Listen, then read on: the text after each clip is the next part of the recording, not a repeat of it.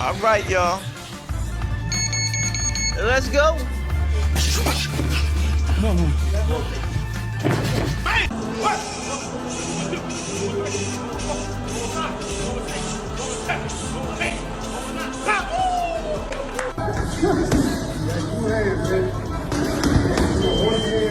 It's just under 3 weeks remaining before the controversial fight, and Jake Paul has unveiled his secret weapon that he believes will make a difference in the bout.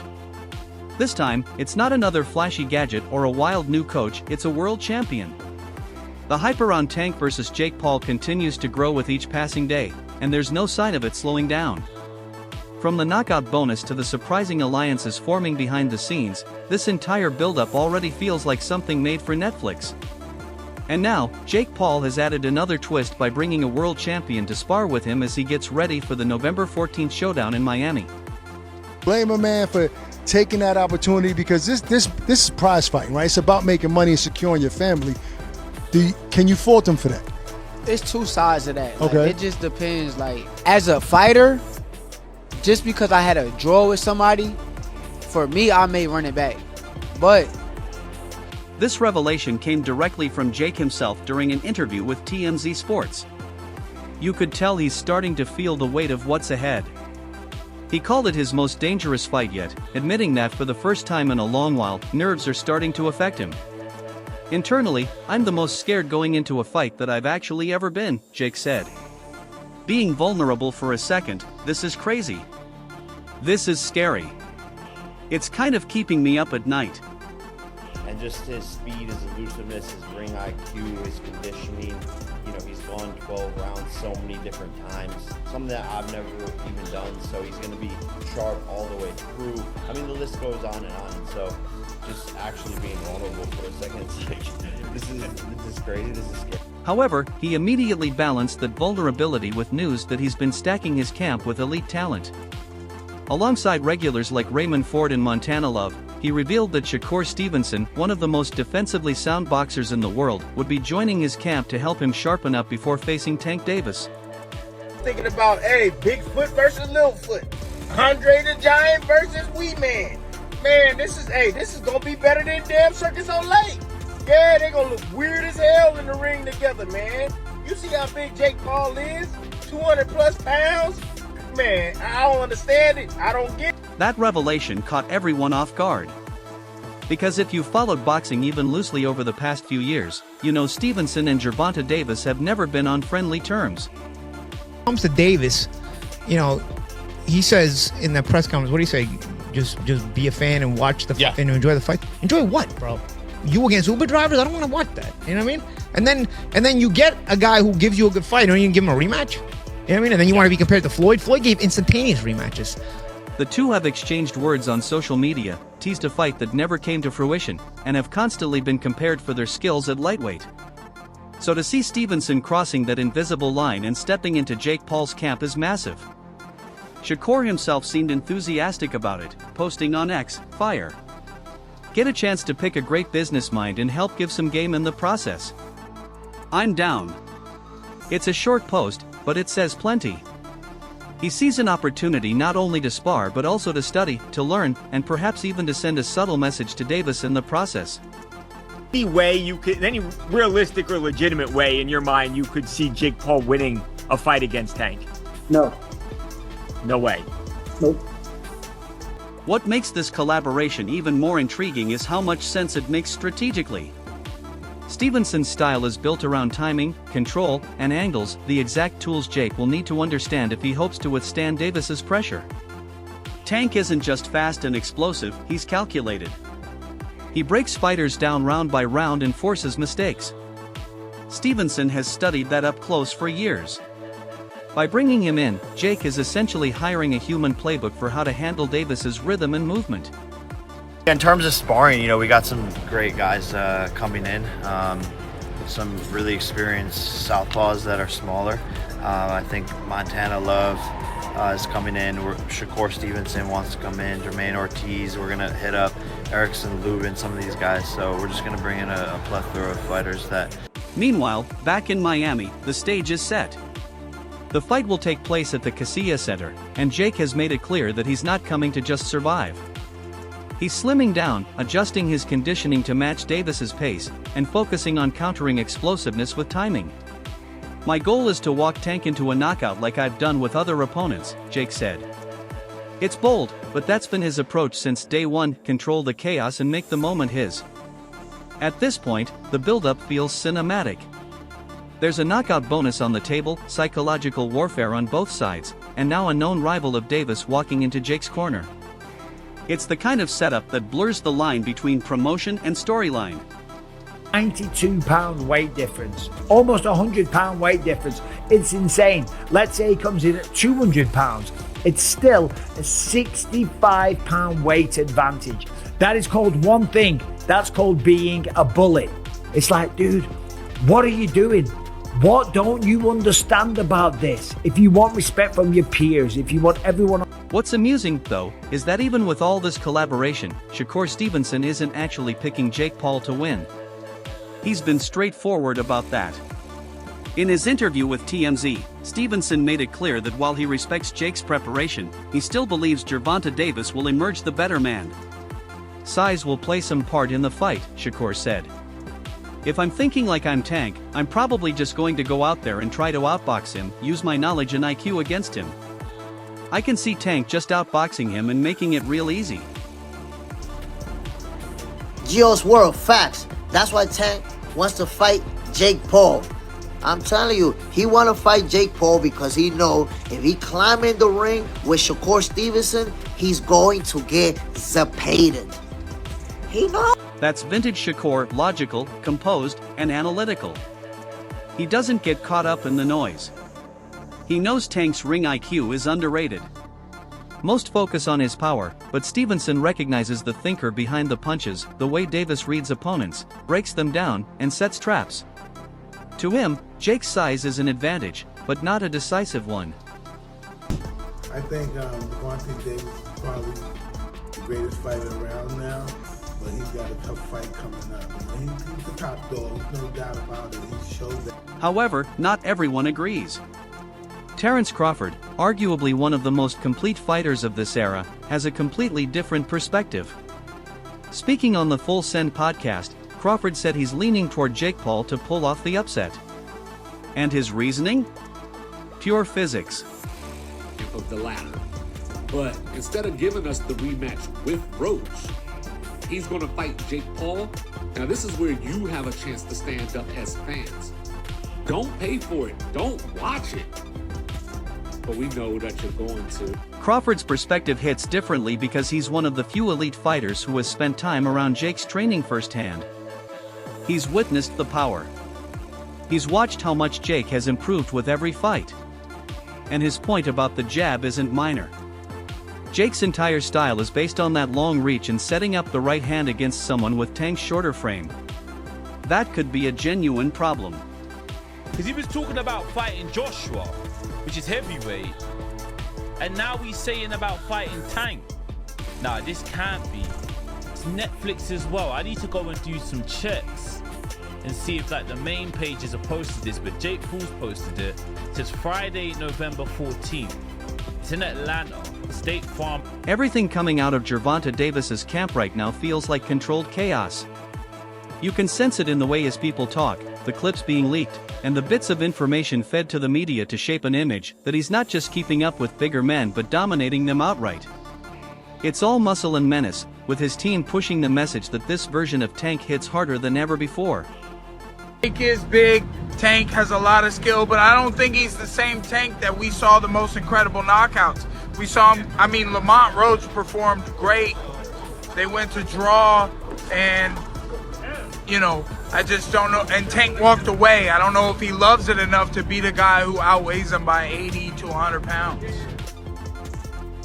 They're saying he's putting guys down in sparring, that heavyweights are being rocked by his shots, and that even when the weight gap looks absurd on paper, the power still tilts in Tank's favor. That's the tone they're pushing, not careful or strategic, just pure danger. And you know what, PBC has to be called out in this too. They have one of the biggest stars in boxing, and they're putting them in this farcical fight. And they are struggling for survival, PBC. They are just falling apart. The Pacquiao fight did terrible. terribly promoted. Behind all that noise, though, there's a sense that Davis knows exactly what he's stepping into. He's smaller, naturally lighter, and now he's trying to bulk up without losing that signature explosiveness that makes him deadly at 135. So his training isn't just about conditioning anymore, it's about figuring out how to carry that power into a heavier body. The fight is scheduled and everybody's going to watch. So with all the eyes on it, there's only one result that is going to be of satisfactory. Only one result. And that is Tank knocks out Jake. That's the only result. He's not doing long, drawn-out sparring sessions. He's focusing on short, violent bursts. It's less about pacing himself for 12 rounds and more about finding that one perfect opening that can flip the fight instantly. He's working to preserve the same Tank fans recognize, the one who ends things early. And the confidence from his camp borders on defiance. His trainer, Calvin Ford, has been very direct about the fight conditions, especially the gloves. What do you think of Jake Paul, Gervonta Davis? I know on Instagram you called it a circus. Yeah, boxing is slowly turning into the WWE. That's what I think. Does Tank Davis have a chance? Yes, but yeah? I don't even want to talk about it. Don't ask me questions like that again. He wanted Tank to wear smaller gloves 8 ounces, the kind that add more sting, while Jake Paul sticks with 10 or 12 ounces. Ford knows those small details matter. To him, that's the one equalizer Tank can still control. As for the rest, they're not pretending to stay calm about it. They're not denying that Jake's the naturally bigger man, they just don't care. They signed the contract and shifted their entire focus to making every punch count twice as much. My only concern is, the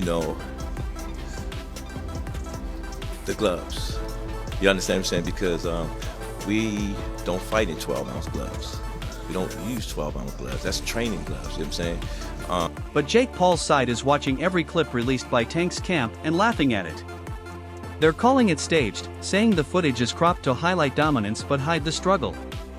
They claim all the dangerous in camp talk is pure marketing. Paul even mocked it publicly, saying his team had heard Tank look dangerous and he couldn't help but laugh. That kind of trash talk isn't random, it's designed to poke holes in Davis's intimidation campaign. Jake's not just training for a fight, he's managing perception.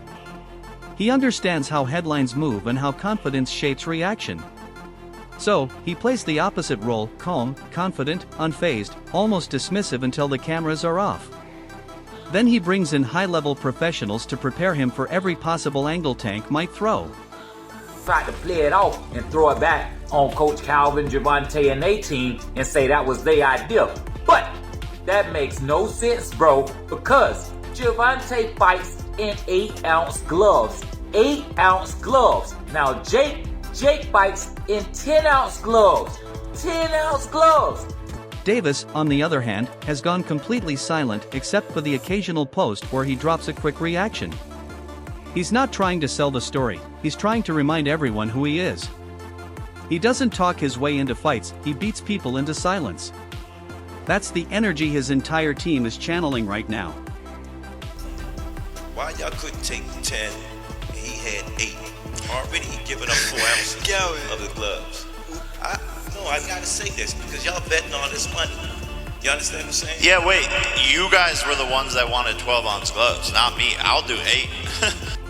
I'll do 4. I'll do 2 ounces. The training sessions being described out of his gym sound brutal. Big guys are brought in specifically to test his balance, to lean on him, to drag him into clinches. And he's responding by going harder, loading up, breaking their rhythm, and punishing their pressure. That's been the entire tone of his camp: get used to size, punish anyone who tries to use it. The leaked clips, the gym talk, and the tone of the interviews all tell the same story. Tank's been walking through bigger men, and that's exactly how they want him to see Jake. Looking good in this. I don't know how it is. It's looked to me, David and Goliath, but David got skill and Goliath doesn't, but I don't know how it's going to work out. But if for some reason it winds up being a really fun event and it has tons and tons of millions and millions and millions of viewers, when Gervonta Davis goes back to his... But when you strip away the talk, it's still a high-risk move. This isn't a normal step up in weight, it's a leap. Tank has never been anywhere near 190 pounds. Even with added muscle, that's a massive difference. Power doesn't always carry over. Stamina shifts, balance changes, and taking punches from a man that size is a whole different experience. Everyone in the boxing world knows it, and that's part of what makes this entire matchup so controversial. It feels more like a dare than a standard competition. But that's exactly why Davis took it. He knows critics said it made no sense. So he's trying to prove that size doesn't matter when your timing is sharper, your reactions are quicker, and your instincts are faster than anyone else's in the room.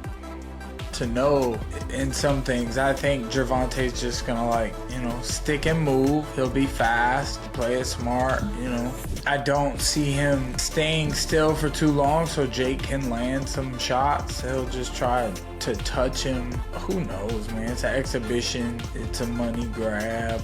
And still, there's something deeper going on here, something personal. Davis isn't just fighting Jake Paul. He's fighting what Jake represents.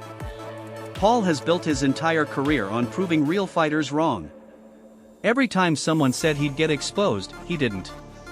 Tank looked very uncomfortable facing off. He just did. I've seen other face-off this Tank done. He gets their face and they're intense and he looks good. He looked very meager up there. You've had 8 fights and you're gonna go tangle with Tank Davis. And the story instantly comes out. Jake is so much bigger. There is such a compliment to Jake within that insult. It is meant. Meanwhile, Paul is using that same intensity against him. He's been honest about being scared, he said it himself, but that fear is driving him. He's sparring with faster, sharper fighters who mimic Tank's rhythm, trying to match that split-second explosiveness Tank brings.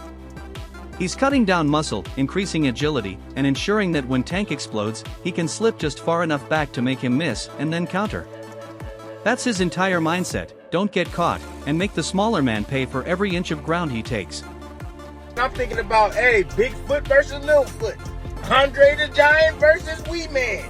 Man, this is gonna be better than damn Circus on Lake. Yeah, they gonna look weird as hell in the ring together, man. You see how big Jake Paul is? 200 plus pounds? Man, I don't understand it. I don't get it. Teofimo Lopez didn't hesitate to speak his mind about the upcoming Gervonta Davis versus Jake Paul fight, and his take was as casual as it was cutting. To him, this isn't legacy material, it's a business move. When asked whether a loss would damage Davis's reputation, Lopez brushed it off with a smirk. Not at all, he said. It'll just hit his bank account. For Lopez, the idea that Tank's legacy could take a hit from an exhibition-style clash is nonsense. He views it as a side quest, one last cash out before the curtain closes.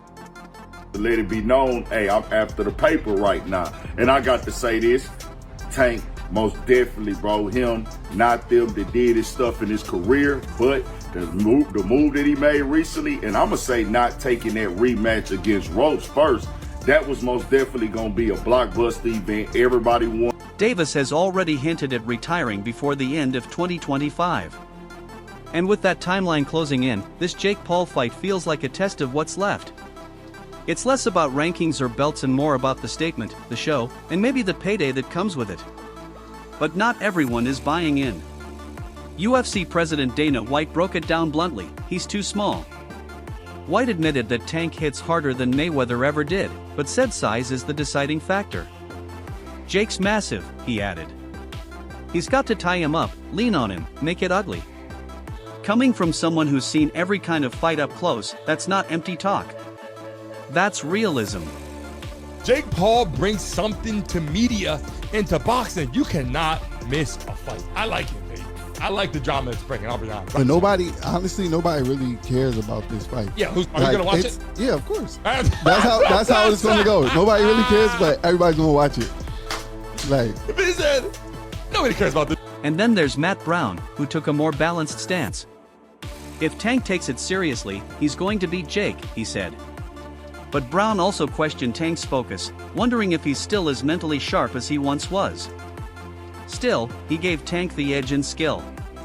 Tank should be able to run circles around him, touch him up, hurt him. He just can't get hit much. So that's the picture now: respect, doubt, and curiosity all circling the same question: which version of Tank shows up? Share your take below and subscribe for more. boxing has gone too far. Jake Paul is taking on Gervonta "Tank" Davis in an exhibition bout this November. The fight will be taking place in Atlanta between the cruiserweight and the 135-pounder, nearly a 100-pound difference between the two guys. This is absolutely insane. Let me know what you guys think about this in the comments down. Davis has already hinted at retiring before the end of 2025. And with that timeline closing in, this Jake Paul fight feels like a test of what's left. It's less about rankings or belts and more about the statement, the show, and maybe the payday that comes with it. But not everyone is buying in. UFC President Dana White broke it down bluntly: he's too small. White admitted that Tank hits harder than Mayweather ever did, but said size is the deciding factor. Jake's massive, he added. He's got to tie him up, lean on him, make it ugly. Coming from someone who's seen every kind of fight up close, that's not empty talk. That's realism. Yeah, there's a lot of punching down, practicing, hitting below my knees, and a lot of speed. He warming up. We're now. sparring. That's what we need. We're sparring. Warm up. Some I know 8-year-olds. one thing. I got the 8-year-olds in there. If I find out anything, I'm gonna beat your ass and I'm gonna beat Jaden on it. And then there's Matt Brown, who took a more balanced stance. If Tank takes it seriously, he's going to beat Jake, he said. But Brown also questioned Tank's focus, wondering if he's still as mentally sharp as he once was. Still, he gave Tank the edge in skill. Tank should be able to run circles around him, touch him up, hurt him. He just can't get hit much. So that's the picture now: respect, doubt, and curiosity all circling the same question: which version of Tank shows up? Share your take below and subscribe for more.